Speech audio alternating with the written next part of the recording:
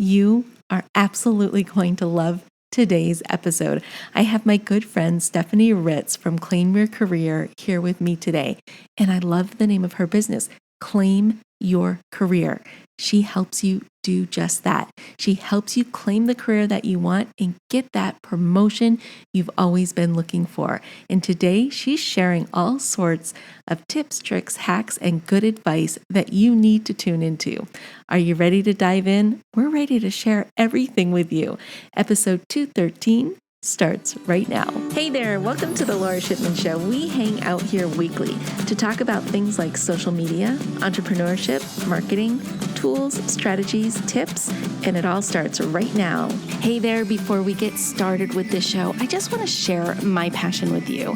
I love teaching people just like you how to master social media for business, breaking it down into easy to consume and easy to execute steps so that you can see immediate results. So whether you want to start a social media consultancy or grow your brand's presence on social media, I can help. I can help you get started and master all the things that you need to know. So I want you to go over to my website. It is filled with resources, tools, tips, and courses. Visit laurashipman.com. That's LORA Shipman.com to get all the goods. Now, you ready for the show? I know I am. Let's get started. Well, hey, everybody. I'm so excited you're here with me today because I have my friend Stephanie Ritz with me from Claim Your Career. And she is just going to light up your minds and get you thinking about some really amazing things. Stephanie, welcome to the show. Thank you so much. I'm so excited to be here. I'm excited you're here too. Your business name is Claim Your Career. So I thought what I would have you do is just have you introduce yourself to my audience and then tell us about Claim Your Career and what that is. Sure. So Claim Your Career is a platform for women to work with a consultant one-on-one to help them grow in their career or business. So I work exclusively with professional women who are looking to rise to the next level or pivot in their career or business to try something new, something they always dreamed of, but haven't quite been able to get to that next level or figure out how to make that change. So I work with them to rise, to earn the money that they deserve, because I think that's something that a lot of women are challenged with, and find a real clear path to happiness for their future. So really looking at it from a whole life perspective too. Does your career goals align with what you hope to accomplish in your future, in your life? So that's what we do. We work one-on-one with women to help them achieve their career goals, whatever that might be for them. That's awesome. You know, I know you and I have talked in the past, and I said to you one time or another, I said, gosh, I wish you were around when I was trying to grow my career and grow that corporate ladder, because I think sometimes women get like pigeonholed into a role or a career pattern or something, and it's really hard to break out of that. Do you agree with that? Do you see that a lot in what you do? Yes, absolutely. It could be really hard to make a career change, and you get comfortable knowing what you know in the company that you're with. So a lot of women look for opportunities for growth within the organization that they're in rather than trying to make a change. So, the step to actually get there can be difficult and overwhelming. You need to really have a plan and feel confident to take that leap, whether that's in your own organization or trying to find something that really aligns with who you are and what you want to accomplish. So, yeah, I think especially for women also, because when you go to start a family, if that's something that's in your future plans, then the decisions that you tend to make center around that. What's going to work best for if I have a child, if I have multiple children? How does that work with hours and daycare? And will I really be able to rise in my career and have a family? Do I have to do one, or can I do both? So I think that's a lot of what women struggle with when they're trying to figure out their career path. It's funny. That just brings me back so much because I struggled with that a lot. And then you question yourself, well, is that possible? Can you do both? Do you believe that you can? Yeah, I absolutely do. And I mean, I've done it. So I was a single mom for many years, and raising my son on my own as a very young mom, I was able to really grow my career and have just an exceptional experience with my son as well. But I think it really is dependent on the person and what their goals are. For some women, taking that time off to be with them full time is what they hope for and what they want. That doesn't mean you can't step back into your career at a later date.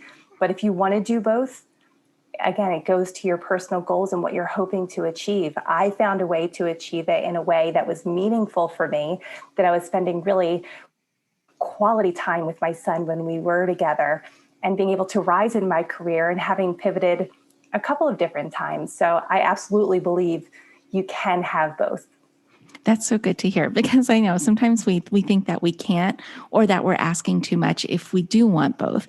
So that kind of brings me to a question I have for you is like, you were able to rise quickly to a leadership role, and you basically started with no industry experience. Can you explain that to us and how that happened, how that unfolded for you? Yeah, absolutely. So, like I mentioned, I was a single mom, and I had my son right after my first year of college. So, after having gone through college, streamlining it through just him and I didn't have any other help or resources. While I was in college, I got some office experience. I had a lot of different jobs, juggling a lot of different things. And that was the foundation that I needed to kind of step into corporate, having some exposure to an office environment. And I think the challenge that a lot of people get into when they're starting their career is trying immediately to go for that dream job. Sometimes you need to take a leap of faith and take something that's available and make the most out of that. And when you're starting out, I think, taking an opportunity where you can see that there is growth potential, even if it's not the path that you were looking for, it's something that you should seize if it feels right in a good culture for you. And that's what I did. I started out in direct sales, but when I moved from that into corporate, I took an entry-level job at a bank, and I went to school for communications. So completely different industry, having no background in finance or understanding of banking. But at the time, it was right when the housing bubble burst, and there were no jobs available. So I just took what I could get. And that ended up leading into a VP position for me within that bank within 3 years. So again, it's not necessarily about industry experience. What it was for me is dedication to the job, making really important relationships and connections within that bank, and advocating for myself, putting myself out there to share exactly what I wanted, what I was able to accomplish, what I hoped to accomplish within that bank, and asking for it. So confidence, to ask for what you want and to share with what you've accomplished, and building relationships is so key. And obviously putting in the work too. Having a good work ethic is super important. So those combinations of things for me, I was able to rise very quickly in an industry with no experience. And then I did the same thing again when I pivoted out of banking. After 7 amazing years in banking, I absolutely loved it. But it was time for me to make a shift and to try and expand into something new. So I actually changed into an operations role in educational staffing. Completely out of left field. I know. This job opportunity came across my plate, and I was like, this is different. I didn't even know this industry existed. Sure, why not? Let's give it a try. And I actually took a step back. I was a senior VP in banking, and I took a general manager position in an industry I had no clue what I was doing. But I used those same tools and platforms, building relationships, working hard, self-advocating.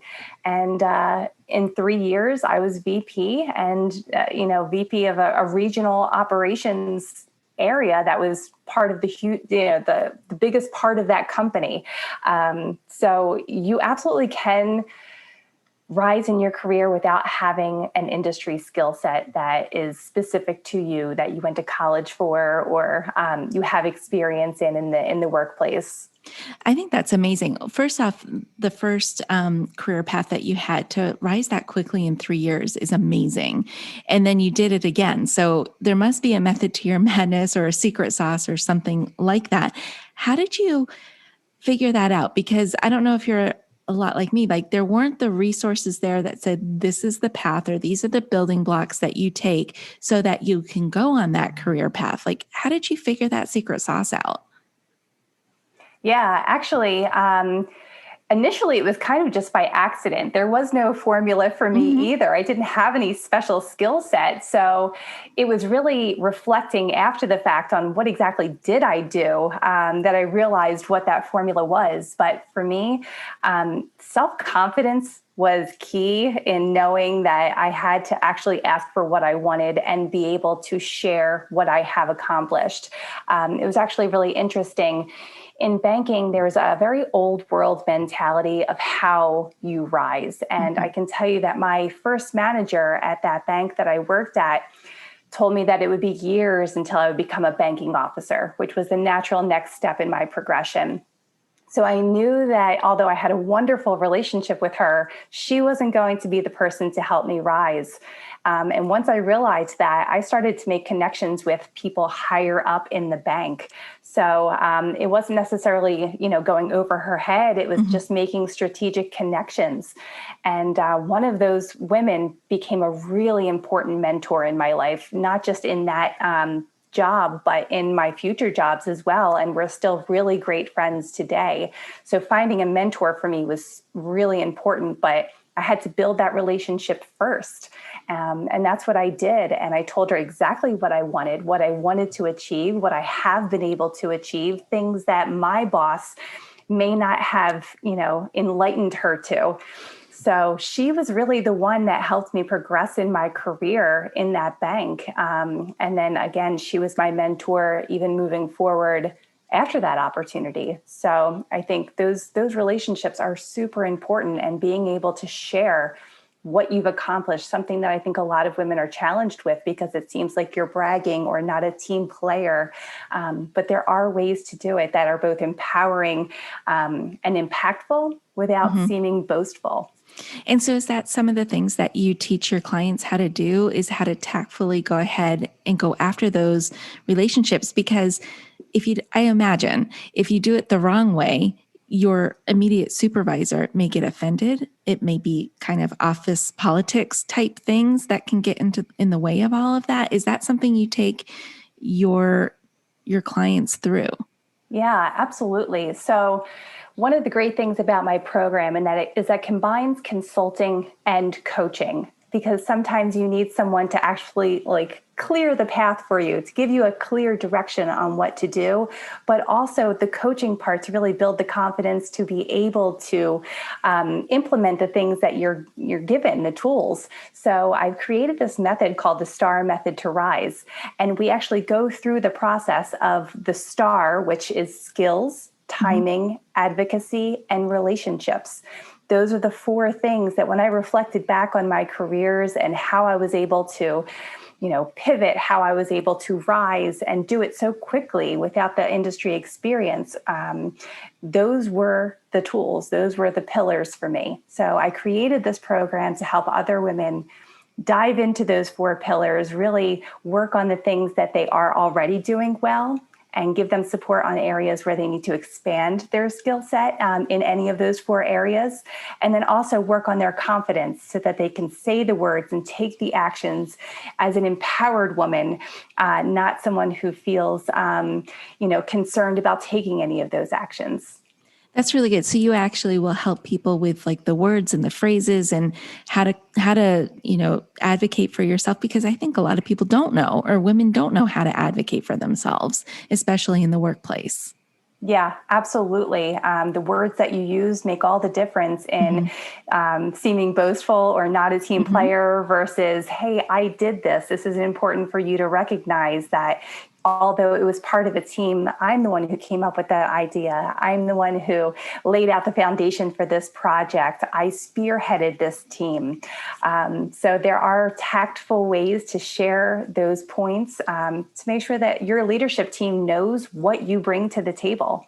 That's really good. I think, oh gosh, that's so valuable, and something I think people are going to be wanting to jump on like all the time, because it's important to learn how to do those things, like we said, tactfully. So, which brings me to my next question. Like, what do you think women struggle with the most when they're looking to advance in their career? I think that it's confidence. I Mm-hmm. think the confidence to really own what you do and share what you do and share where you hope to be. again, finding those words can be really difficult. I know a lot of women struggle with imposter syndrome. Mm-hmm. So even if you do get an opportunity to lead a team or get a promotion, there's that self-doubt that's in your ear saying, are you really ready for this? Do you have the skills? Are you going to do good? Do you even know how to manage these people? There's a lot of self-doubt talk that women tend to feel when they are promoted or given an opportunity to be a leader. And I think that that is something that women struggle with as they continue to rise in their career. So I'm curious, and I don't know if you know the answer to this or not, but why do women have that problem? It seems like men don't. And is it like a cultural thing? Is it a societal thing where, why do we do that to ourselves? I got to be honest, I think men struggle with this too. I actually gave a recent talk on imposter syndrome, and one of my clients was listening to it with her husband right there. And he actually sent me an email afterwards saying, I don't know if I was supposed to listen to this because I know it's a women's group only. That was the forum I was speaking in. But he shared with me how he also really struggled with imposter syndrome, and he was a CEO. So, and this was later on in his career. This wasn't something early on. So I do think men struggle with it. I think that they show it in a different way.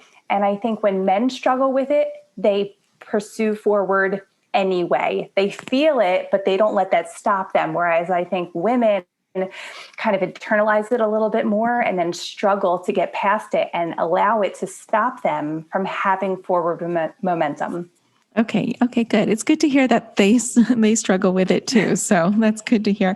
So now we are fast forward into the digital era, and we have social media and we have everything at our fingertips. How has your approach changed to success?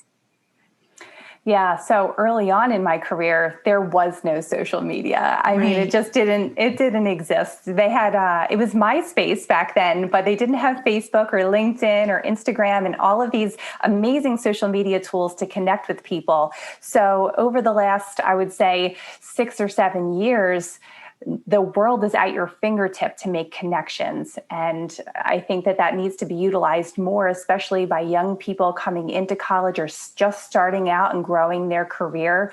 I think that's something that a lot of younger folks are missing the boat out on, because social media is your gateway to make connections with people for the jobs that you want. And even in your own company. If I had LinkedIn 10 years ago, I think it would have been a completely different, ball game for me.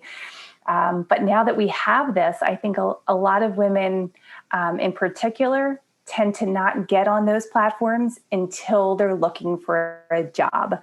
I think that a lot of people are on Facebook and on Instagram, but maybe not LinkedIn until they're like, okay, this is where I'm supposed to go to make those professional connections. But the opportunity to network on all of those platforms is so key to your career development. If you know that there is a company or somebody that you want to work with or work for, you can make that connection now. Join the groups that they're in, comment on the posts that they're putting out there, start building that connection way before you ever take the leap to try and apply for an opportunity. Those opportunities are there. And I think the biggest mistake is waiting until you're looking for a job to start networking. And then once you find a job, not continuing to network with your people, because that is so key. I can't underestimate or I can't understate the value of relationship building in growing your career. So I guess my question would be so if somebody's listening to us and they're like, okay, yeah, I should really be networking, especially the state of the world today, networking on a digital platform, how do they do it and do it in a way that's genuine, that's not like canned or fake or inauthentic in any way? Do you have any recommendations how people can start that networking conversation who may not know how to do that? Yeah, I think finding the people that you want to connect with online first, and that can be on so many different forums. It doesn't have to just be LinkedIn. So if you're on Facebook, there are so many groups, so many ways that you can connect with people on all of the different platforms, even Instagram. Most companies have an Instagram page now too. I think authentically commenting on people's posts and the company's posts that you want to work for, or the specific people that you want to connect with, that is a really great way to start, and making it very consistent. Don't just like their comment. Actually put a meaningful comment underneath and do it consistently. They will continue to see your name, start to know who you are. You can send them a message and a request and let them know that you want to connect. Let them know, it is my dream to work at your company. I would love to connect with you and stay connected. If you have any opportunities that I could, work with you on a one-on-one basis to help support you in your current job, or volunteering is huge. Like that's another thing that I think is a great opportunity for people to take advantage of through networking is, if you have the bandwidth in your life, in your day, to work on projects for companies in an internship way, a volunteer way, anything to really start connecting with those people, that is your foot in the door. But kind of going back to your question, I think that is the best way to make a meaningful connection, is to comment and do it thoroughly, not just a like or, hey, that's great, or that's awesome. Really put a complete sentence or sentences together that will really have an impact, that shows that you really read their article, that you resonate with their article, that you have value to add to what they had to say. And I like how you said not to be afraid to direct message the person saying, it is my dream to work at your company someday. So that's okay to do, for people to be that forward. Absolutely. I mean, I've been in VP, SVP positions, and when I have people reach out to me, I love getting messages like that. Like, that's amazing. That tells me that my company is doing something that is impactful and meaningful out in the world. And when they go to apply for a job and they've already made that connection with me, I'm absolutely going to look at their resume ahead of the other 500 resumes that I receive. Because I can tell you that as a leader, as a company leader, when we have a job opening, making your resume stand out is really tough, which is why the networking and relationship that you can do, the relationship building through social media, is so key. If you can apply to something and already have a relationship with that person, you have a huge leg up at even just getting your resume looked at. I had a recent job opening within my organization. I had over 700 resumes. So I can tell you, I probably only was able to even look at the first 50. So there was probably an amazing 700 people out there that are qualified, would be great candidates. I'll never get an opportunity to look at their resume. There were just too many. So make yourself stand out by having that connection in place already, and then letting them know, hey, I applied. I would love it, if I could speak with you about this opportunity and share how I could add value to your organization. That makes so much sense. And it's such a smart way to go about it, which kind of brings me now to my next question. So I have a wide range of audience members. Some of them are younger, so they're maybe just graduating from college or university, or they just have graduated and they're looking for a career, a job. What are some mistakes that they're making on social media that maybe they should kind of clean up right now before they get active? Clean up. Yeah. Clean up, I think, is the operative word. So do a search for yourself on social media. So go to Google and put your name in and see what pops up. And then go into the specific Facebook, Instagram, Twitter, wherever you have an account, Google yourself and see what comes up, and look at it from an employer point of view. What do you have on there that you would not want your employer to see? Is your account private? If it's not, that's okay. If it's public, I think that's great, as long as what you're sharing is appropriate for an employer to see. I can tell you, when I am hiring for folks, if I get to like a middle management level or above, I'm absolutely Googling them to see what's on their social media. And that has been a disqualifier countless times. I don't want to see, nudity or vulgar displays, or there's been so many things that I've seen that it's just, it's not professional, and it would be embarrassing if a client saw that. And that's what's going through my mind. If I have a client that happens to come across my employee's profile, and they're doing something really inappropriate that doesn't really represent the culture and the values of my company, then I'm not going to hire them. So that's, I think, my number one tip for new people coming into the workforce, or are looking to grow or expand in their career, is check your social media and make sure it is appropriate in the eyes of your employer, not your friends and your family. And if you want to, have a fun profile that maybe shows your authentic self in that way, then just keep it private. So it's only limited to the people that are in your network to see. But just another note on that, you have to be careful with that also, because even private profiles doesn't mean that what you share is completely, on lockdown, because anybody can capture a post that you share or a video that you share that's within your network and still put it out on their own social medias. So, I would stay off of social media on anything you don't want your employers to see. Find another way to connect and share your personal messages outside of your social media accounts. That's great advice. Very smart. So you say something which I find is really interesting. You say your skill set is not your best asset when you're looking for a job online. Why? Like, what does that mean? Yeah, I mean, there's not a lot of versatility for people coming out of college. You have your bachelor's degree or your master's degree. Maybe you have some internships and some skills from other work that you've done, perhaps volunteer work, and you're a dime a dozen. You're just like the other 700 people that I was just talking about. So what you need to do to stand out is build relationships. I'm going to just keep emphasizing how important that is, because you are special. You are unique. You do bring something really valuable to the table, but so does the woman right next to you. Mm-hmm. So how do you make yourself stand out? And it's typically not going to be your skill set. This is always what I was taught when I was younger. It's who you know, not what you know. And I stand by that in 2020 as somebody who, hires people now and gives career and consulting advice.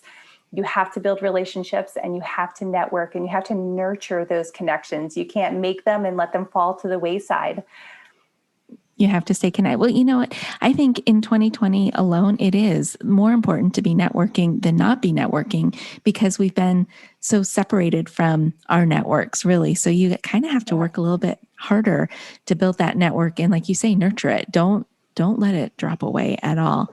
So you say there are two crucial things that you need to actually, I guess, how do I want to say it? Focus on in your career to advance, and that's confidence and positive mindset. So tell me about those two things. Yeah, like I said, we go through the STAR method to rise in my consulting piece of my program. But if you don't have the confidence to actually implement these things, then you won't. You have to feel good and empowered to actually do it, and have a positive mindset in that if things don't work out, it doesn't mean that that's the end of the road. Sometimes things take time. Sometimes finding a new job can take time. If you have a positive mindset and you continue to take action, that is going to be your formula for success. You will find your place. You will find that job that you're looking for, that path that you're seeking. But I really believe that the saying, energy grows where energy goes. Mm-hmm. You have to be in a positive mindset, and you have to be empowered and confident enough to take inspired action towards your goals. My husband always says, attitude is everything. You can't teach a positive attitude. You can teach anybody a skill. But if you have that positivity or that great attitude when you approach anything, it's priceless. I mean, you can't put a price on it, and you can learn skills. You can absolutely learn skills. Steph, this was so interesting. I think people are really going to get a lot out of this, and it's going to make them think about their career a little bit differently and how they're approaching it. If people want more information from you, where can they find you online? Yeah, so the website is claimyourcareer.com. I'm on Instagram and Facebook at Claim Your Career. And I have a Facebook group as well. So if you are looking for a place to network, it's the Claim Your Career Clique, CLIQUE. Awesome. So I will link to all of those in the show notes. And you also have a freebie that you're giving our audience members. What is that about? Yeah, the 5 foundational steps to success. So whether you're just starting out or in middle management and feeling stuck and looking for some quick and easy steps that you can start to take to really build yourself up in your career, you can check out this free guide. It's pretty comprehensive, allows you to take notes, and has real world stories to go along with the advice so you can really connect to it. So it's a foundational guide, a great place to start out. And then when you're ready to really take that next step in your career and get focused and clear on your path forward, I would love to be able to help and support you. Awesome. Steph, this was fantastic. Thank you for spending time with us today. Thanks so much for having me, Laura. This was great. Hey there, I just want to say thank you for spending time with me here today. I know your time is super valuable, which is why I am dedicated to providing lots of usable, actionable information in the shortest amount of time possible. Before you go, please don't forget to hit that subscribe button so you don't miss a future episode. And if you have ideas or topics you would like me to cover in an upcoming show, let me know about it in the comment section provided.